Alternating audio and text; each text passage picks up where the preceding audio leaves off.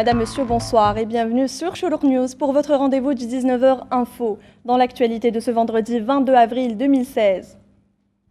2 ans après le crash de l'avion Air Algérie au Mali, un rapport donne des résultats préliminaires. Nous en parlerons dans ce journal.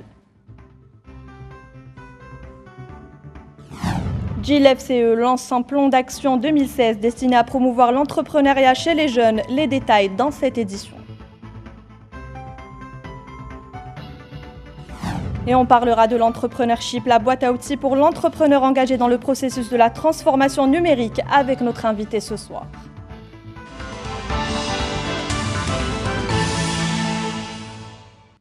Nous vous le disions en titre, 116 personnes avaient perdu la vie dans le crash de l'avion d'Air Algérie qui devait relier Ouagadougou à Alger le 24 juillet 2014 au Mali. Selon les enquêteurs français qui ont rendu public ce vendredi à Bamako leur rapport final, l'accident est dû majoritairement à la non-activation par l'équipage du système anti-givre. Et selon le ministre malien des Transports Mamadou Hachim Koumaré, lors d'un point de presse pour présenter le rapport qui confirme les résultats préliminaires, les capteurs de pression des moteurs avaient été obstrués, vraisemblablement par des cristaux de glace, et les systèmes d'anti-givrage n'ont pas été activés par l'équipage. Il précise que cette obstruction des capteurs a perturbé le fonctionnement des moteurs, limitant la poussée à un niveau insuffisant pour que l'avion poursuive son vol à un niveau de croisière. On passe à l'actualité internationale. Attentat suicide dans une mosquée chiite de Bagdad. On parle de 6 morts. Des bombardements aériens à Alep en Syrie ont fait 14 morts et l'affaire Volkswagen qui continue de se propager. Tout de suite, Le Monde en 90 secondes avec Moussa Faitrazi.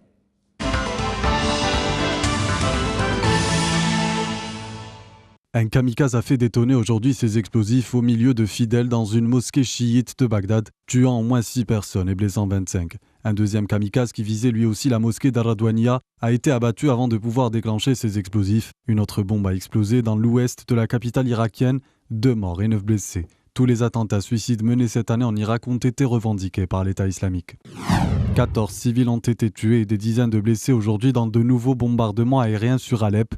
L'Observatoire syrien des droits de l'homme a affirmé que les raids avaient été menés par l'aviation du régime. D'après un correspondant de l'AFP, ils ont visé 4 quartiers de l'est de la ville. Après une période de calme relatif dans la province depuis l'entrée en vigueur fin février d'un cessez-le-feu entre régime et rebelles, les violences ont repris ces dernières semaines autour d'Alep, notamment au nord de la ville, ce qui a eu pour effet de jeter sur les routes des milliers de civils. Le verdict est tombé après l'enquête allemande réalisée ces derniers mois sur les émissions de gaz polluants de tous les modèles diesel. Audi, Porsche, Opel, Mercedes et Volkswagen vont devoir rappeler 630 000 voitures en Europe et peut-être le français Renault aussi, les mêmes irrégularités ayant été relevées sur certains de ces modèles. La plupart des constructeurs n'étaient pas joignables aujourd'hui pour commenter ces informations. Ce rappel est destiné à supprimer la possibilité pour les constructeurs de régler les systèmes de contrôle des émissions dans certaines circonstances, comme cela est autorisé actuellement.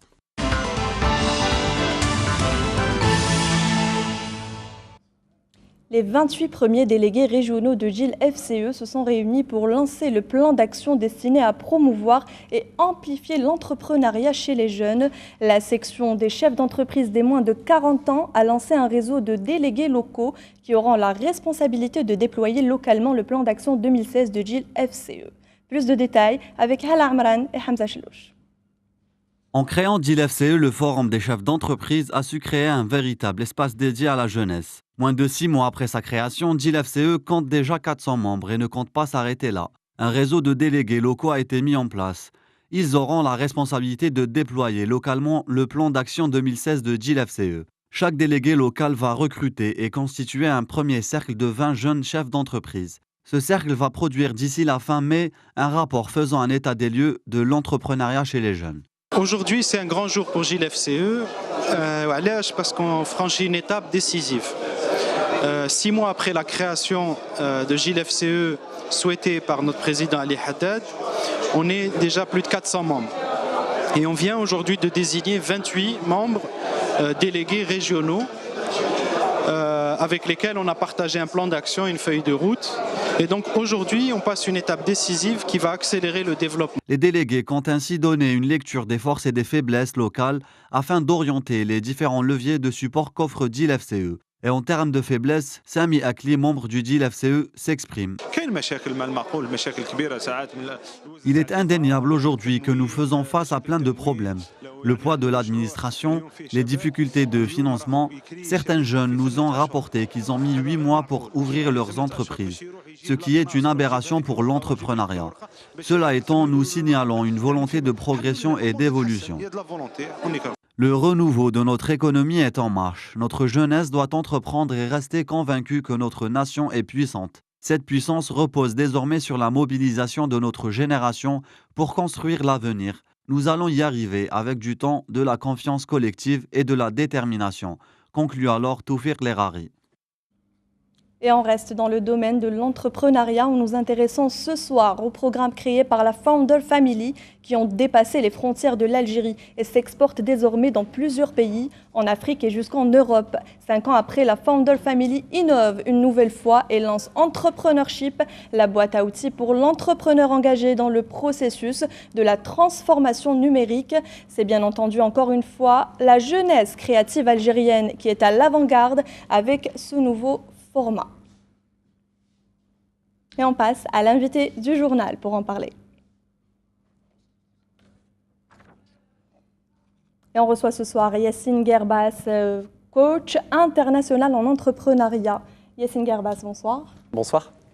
Vous êtes aujourd'hui en Algérie, vous venez tout droit de France et plus précisément du nord de la France, de Dunkerque, pour cet événement. Exactement. Parlez-nous un petit peu de votre expérience et que faites-vous concrètement ici en Algérie ? Donc moi en France, je suis coach en entrepreneuriat et notamment en innovation sociale. Et en Algérie, j'interviens maintenant au Maghreb plus généralement depuis 2 ans pour la Founder Family en tant que coach et animateur de certains ateliers. Vous pouvez nous parler justement de la Founder Family ? Oui. Nous ne comprenons pas ce que c'est, nous qui ne sommes pas du domaine. Exactement. Je vais vous l'expliquer. En fait, on est arrivé, on a créé un premier événement qui devait être un événement unique en Algérie en 2011 à Alger. C'était la semaine du web. Donc sur l'initiative de Farid Arabe qui est encore parmi nous aujourd'hui. Et cet événement, on en a amené d'autres. Et aujourd'hui, nous sommes intervenus dans plusieurs villes partout, enfin dans 20 pays différents, mais notamment en Algérie. Nous sommes intervenus à Béjaïa, à Blida, à Ouargla, à Alger. Et donc voilà, on est de retour et on fête nos 5 ans cette année. Justement, vous fêtez vos 5 ans aujourd'hui. Vous êtes là pour l'événement Entrepreneurship, mais vous êtes là aussi parce qu'on fête les 5 ans de la Founder Family. Pouvez-vous dresser aujourd'hui une rétrospective de la Founder Family ? Oui, alors la Founder Family en chiffres, c'est 90 000 étudiants sensibilisés à l'entrepreneuriat partout dans le monde. Donc nous sommes intervenus, comme je l'ai pu vous le dire, au Maroc, en Tunisie, également en France où nous avons organisé notre premier événement l'année dernière. Donc on avait commencé d'abord par l'Afrique, également le Sénégal, voilà, la Côte d'Ivoire, d'autres pays sur lesquels nous sommes intervenus, essentiellement au début sur les techs et le web, et de fil en aiguille, suite aux demandes des jeunes étudiants, nous partons plutôt sur des thématiques d'innovation et d'entrepreneuriat dorénavant. Quelles sont les avancées réalisées dans ce sens, justement, au jour d'aujourd'hui ? Donc nous, notre mission, vraiment, on ne s'attelle pas forcément à se dire créer une entreprise tout de suite maintenant. On a plutôt pour objectif de sensibiliser à l'entrepreneuriat et à la vision internationale de ce qu'est l'entrepreneuriat aujourd'hui et des différentes opportunités qui sont proposées en 2016. Donc l'idée, voilà, c'est surtout d'initier, de permettre aux étudiants de connaître des coachs internationaux. Donc on a dans le réseau, nous avons 260 coachs internationaux qui interviennent pour Founder Family. Et donc voilà, l'idée, c'est un peu celle-là, c'est de pouvoir diffuser cette information et également principalement permettre aux étudiants qui ont une connaissance théorique de rencontrer des coachs. Donc il n'y a pas d'intervenants universitaires, ce ne sont pas des profs d'université qui interviennent, ce sont vraiment des professionnels du secteur ou des chefs d'entreprise. Donc ce qui permet d'avoir un enseignement qui vient d'un autre horizon et une autre ouverture. Justement, vous êtes coach international en France. Et quelles sont justement les différences qui peuvent apparaître aujourd'hui entre être coaché en Europe et coaché en Algérie ? Y a-t-il concrètement des différences ? Oui, en effet, il y a quelques différences. Notamment en Algérie, on sent cette envie d'apprendre. On pourrait penser qu'il y a moins de dynamisme. Nous, au contraire, on trouve le territoire, notamment algérien, qui est un territoire propice à l'entrepreneuriat. Là, par exemple, pour l'événement de Blida, c'est plus de 10 000 étudiants qui sont attendus. Ce sont des événements, par exemple, quand on les organise en France, qui sont beaucoup moins populaires, qui sont relativement élitistes. Là, on essaie vraiment de les démocratiser et de les ouvrir au plus grand nombre et pas uniquement aux sections entrepreneurial ou marketing. Toutes les catégories d'étudiants viennent participer à nos événements pour s'intéresser à l'entrepreneuriat. Ça fait longtemps que vous travaillez avec les jeunes? Oui, alors moi professionnellement, ça va faire bientôt une dizaine d'années que j'interviens auprès de jeunes en France. Et sur le Maghreb, ça va faire 2 ans maintenant que j'interviens assez régulièrement, tous les trimestres environ sur le territoire. Il y a un engouement autour de ce genre d'événements, des start-up, des concours, Oui. des choses comme ça? Complètement, on le voit. Nous, alors là, par exemple, c'est des événements, mais pour la Founder Family, c'est des événements qui ont lieu dans des villes que j'ai citées tout à l'heure. Mais essentiellement, en fait, on voit bien, ce sont des événements qui sont nationaux. Là, par exemple, à Bida, on a des étudiants d'Ouargla, d'Oran, d'Alger et d'autres villes, Biskra, qui viennent participer à nos événements, donc qui font la route pour rencontrer d'autres jeunes motivés comme eux, éventuellement en faire des équipiers et des collègues futurs de création d'entreprise. Donc voilà, c'est tout ce dynamisme-là, toute cette ouverture que nous on rencontre et qui va parfois à l'encontre de ce qui pourrait être dit dans d'autres sphères. L'événement a commencé hier à Blida, n'est-ce pas? Exactement. Aujourd'hui, vous êtes sur Alger pour nous en parler. Voilà. Est-ce que vous avez des échos? Comment s'est passée la journée d'hier, le lancement? Donc tout se passe comme prévu. Donc là, on a commencé surtout sur une journée tech et communication. Donc chaque journée a sa thématique. Et le lancement aujourd'hui, par exemple, d'un événement qui est organisé par la NASA, le Space Hubs Algeria, donc qui va être organisé, qui a été lancé aujourd'hui, et ce pour 3 jours. Très bien. Justement, parlez-nous un petit peu de ce challenge. On en parlait tout à l'heure, le challenge lancé par la NASA au niveau mondial. Exactement. Donc c'est le plus grand hackathon, donc c'est un concours tech. C'est le plus grand concours hackathon du monde qui est organisé par la NASA. Et l'idée de la Founder Family, c'est de faire en sorte que l'Algérie s'empare aussi de cette compétition et que les Algériens puissent participer à cette plus grande compétition mondiale. Donc la NASA le propose dans 50 pays différents. Environ 100 villes sont représentées, dont Blida. Et donc la NASA lance des problématiques et les étudiants et les participants, une centaine se sont inscrits déjà au Space Hubs, vont essayer de répondre à des problématiques lancées par la NASA, et les solutions proposées par les Algériens vont être confrontées aux autres solutions proposées par les autres participants à travers le monde. Le thème cette année, apparemment c'est un événement annuel, n'est-ce pas? Oui. Le thème cette année, c'est l'innovation. Oui, alors là, ça c'est pour nous, pour Entrepreneurship. Comme je vous l'ai dit, on essaie de trouver des thématiques, donc parfois web, entrepreneuriat. Là, le dernier qui avait eu lieu à Béjaïa, c'était surtout sur l'entrepreneuriat et l'entrepreneuriat social.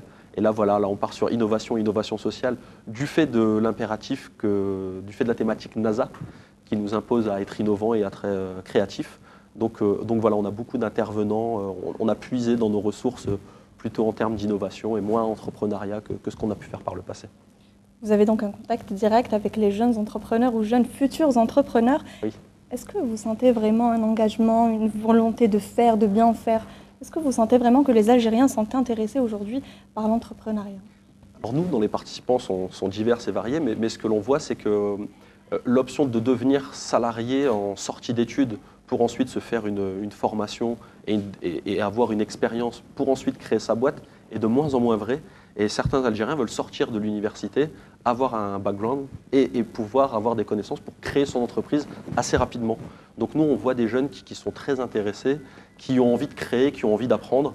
Et nous, l'idée, c'est vraiment de les sensibiliser à l'entrepreneuriat, d'essayer de maqueter avec eux des entreprises ou des débuts d'idées d'entreprise, soit fictifs, soit réels. Mais voilà, que ça leur permette de tenter l'aventure pendant 48 heures, pendant 72 heures, et de voir s'ils sont faits pour ça, de voir les contraintes, de travailler en équipe, de trouver une idée innovante, les contraintes financières bien évidemment. Donc voilà, on essaie de tout balayer ensemble avec eux pour faire en sorte de les amener petit à petit à réaliser leurs rêves. Yassine Garbas, vous êtes algérien, mais vous ne vivez pas en Algérie. Justement, quelle est votre vision personnelle, vous qui venez de France, votre vision personnelle par rapport à l'entrepreneuriat ici en Algérie? Moi, pour ne rien vous cacher, j'ai été surpris les premières fois où je suis venu en Algérie, voir ce dynamisme, cette envie de créer, les aides que l'État, le gouvernement met en place et fait en sorte... Il y a beaucoup d'aides qui existent en Algérie. Donc c'était surtout ça, de comprendre cet écosystème qui est un peu différent de celui de France, où il y a beaucoup de structures plutôt d'accompagnement et moins de financement. Donc là, voilà, c'était essayer de comprendre les différences qui existent. L'engouement est réel, l'envie de bien faire est réelle. L'exportation de nos savoirs est possible, il y a beaucoup de connaissances, de savoirs qui existent en Algérie. Donc voilà, on essaie vraiment, et moi aussi, je suis aussi ça, je suis algérien, j'ai eu des compétences que la France m'a permis d'obtenir, et de les transmettre à mon pays, c'est aussi une fierté pour moi. Si on devait justement revenir et parler de l'événement de Blida qui se déroule du 21 jusqu'au 26. Le 26, exactement. Jusqu'au 26 de ce mois en cours. Voilà, Donc, exactement. comment ça va se passer? Cette petite semaine se passera comment? Quels sont vos événements? Quelles sont les thématiques proposées? Chaque coach aura un thème à aborder, à développer avec... Oui. Expliquez-nous un petit peu comment ça va Alors, se passer. il est structuré de la façon suivante, c'est que chaque jour a sa thématique. Comme je vous ai dit, la première journée, c'est comme développement. Par exemple, ce week-end va être plutôt orienté sur le Space Apps avec d'autres ateliers conférences. Et par exemple, mardi, moi, je vais intervenir sur l'entrepreneuriat social. Lundi, ça va être sur les pitchs, comment bien présenter son projet, comment bien communiquer sur sa personne. L'idée vraiment... cette fois-ci, on va essayer, nous aussi on se remet en cause continuellement et à chaque fin d'événement on réfléchit au prochain événement, donc à Béjaïan c'était aussi réuni pour essayer de se dire les ateliers sont très appréciés, les conférences sont moins remplies qu'avant et maintenant les ateliers sont très demandés par les participants, donc on privilégie un travail avec un groupe de 30, une trentaine d'étudiants sur un format de 3-4 heures. Pour essayer de les sensibiliser, soit à la présentation orale, soit à la présentation visuelle de leur projet, à la conception d'un concours de mini-entreprise. Enfin, voilà, on a plein de méthodologies qui permettent de créer cela. Cela me fait rappeler que tout ce travail, nous, on a notre organisation qui est internationale et qui permet de ramener les coachs et toutes ces choses-là, mais tout ce travail localement est possible grâce au club étudiant. Donc là, on a les deux clubs étudiants d'aéronautique de l'université de Blida qui nous ont accompagnés, qui nous soutiennent localement. Et donc voilà, de ville en ville, on s'appuie sur les étudiants nous, notre réseau amène les compétences, le savoir international, les contacts avec Google ou Startup Weekend ou les licences avec la NASA. Et les étudiants vont au contact des jeunes qu'ils connaissent bien, de leurs camarades, pour faire en sorte qu'on organise ça de façon, comme on dit souvent, on essaie d'être sérieux sans se prendre au sérieux. Donc voilà, dans une bonne ambiance et beaucoup de connaissances. Ok, on va un petit peu rentrer dans les détails. Est-ce que vous pourriez nous parler, nous raconter un petit peu, parlez-nous un petit peu de votre intervention. Vous avez dit que vous allez intervenir le mardi. Exactement. Donc moi, j'interviens principalement sur l'économie sociale et solidaire et l'innovation sociale. Donc un peu, là, je vais essayer de faire le parallèle aussi avec le Space Apps. Aujourd'hui, on voit de plus en plus d'entreprises capitalistes se créer et des changements, des mutations sociales existent fortement aujourd'hui, notamment avec le numérique. Et on essaie d'amener cette réflexion-là aussi, de demander aux entrepreneurs de non pas réfléchir qu'un seul business model, mais aussi de réfléchir au mouvement de société, d'avoir aussi un comportement qui est respectueux de l'environnement, respectueux des demandes des habitants. Donc voilà, je vais amener sur une conférence et un atelier, que je fais l'atelier, je le fais lundi, et la conférence, ça va être mardi. Donc voilà, on va essayer d'amener ces notions-là d'innovation sociale et d'entrepreneuriat social. Et donc mardi, vous repartez en France? Je vais partir un peu plus, je vais rester jusqu'à mercredi en l'occurrence, mais en effet je vais rester jusqu'au bout, jusqu'à la fin d'Entrepreneurship. Très bien. Alors une dernière question. Oui. Quels sont vos futurs événements? Est-ce qu'il y a un événement qui est prévu prochainement? Oui, et c'est bien que l'on en parle parce que cet événement-là, je suis originaire de Dunkerque et donc on a sollicité aussi notre collectivité, puisque je suis algérien mais aussi dunkerquois, pour qu'elle participe également activement via nos coachs et nos réseaux français internationaux à un événement qui aura lieu à Annaba, qui s'appellera Accelerate. Et cet événement, c'est un événement qui est plutôt sur de l'accompagnement des associations et des entrepreneurs associatifs. Donc voilà, Accelerate, Inch'Allah bientôt, deuxième semestre 2016. Un dernier mot à transmettre au sujet de cet événement de la Founder Family? Oui, n'hésitez pas à venir à l'université de Blida. Donc du 21 au 26, n'hésitez pas, Entrepreneurship, notamment sur Facebook. Donc voilà, on est assez présent, on est très réactif au niveau des réponses. N'hésitez pas à nous contacter, c'est vraiment dynamique. Si vous avez envie d'entreprendre, si vous avez envie de créer votre entreprise ou simplement envie d'avoir plus d'informations, n'hésitez pas à nous rejoindre. Très bien. Yassine Guerbas, vous étiez l'invité du 19h Info. Je rappelle que vous êtes coach international en entrepreneuriat. Merci d'avoir répondu à nos questions. Vous restez avec nous. Est-ce que vous aimez la fraise? Oui, beaucoup. Très bien. Alors vous allez aimer ce sujet. C'est la 12e édition de la traditionnelle fête de la fraise à Jijel qui a été ouverte hier au musée Kotama au centre-ville avec la participation de 21 exposants et la présentation de diverses variétés. Ils ont étalé la fine fleur de leur production fraîche, alléchante, tant par la couleur que par la saveur. Je vous laisse découvrir les images de cette fête désormais traditionnelle, Jijel couleur fraise. C'est un sujet de Nawel Doulache et Hajar Messaoudi. La fête des fraises est toujours un grand moment festif dont la réputation a depuis bien longtemps dépassé les frontières de la seule wilaya de Skikda. Près de 40 producteurs locaux étaient présents lors de ce rendez-vous printanier désormais devenu incontournable. Cette édition a bien démarré au musée Kotama avec la participation de 21 exposants et la présentation de diverses variétés. Nous avons mis en place des stands de vente directe aux consommateurs. La faute a un hiver très clément qui fait l'affaire des producteurs et des gourmands. Depuis qu'ils se sont lancés dans cette filière, de nombreux producteurs reconnaissent que leur expérience est plutôt rentable. Un échantillon de 300 kg de fraises produites à Gigel a été envoyé en Russie pour tenter de pénétrer le marché de ce pays à des fins d'exportation. C'est une bonne chose pour nous d'exporter nos fraises vers la Russie. Ça rapporte un plus à notre pays. La célébration de la fête de la fraise vient à point nommé consolider la bonne production attendue. Nous aimerions exporter nos produits vers l'étranger et consolider notre production. Cette démarche d'animation gastronomique unique dans le département valorise nos produits régionaux et régale un public avide d'authenticité culinaire. Et parce que l'on ne célèbre la fête qu'une seule fois l'année. Et c'est la fin de ce journal. Merci à tous de l'avoir suivi. Prochaine édition complète, celle de 20h30 avec Aïssa Roumari et Rima Razem. Quant à moi, je vous retrouve demain. En attendant, profitez du beau temps et du week-end. Au revoir.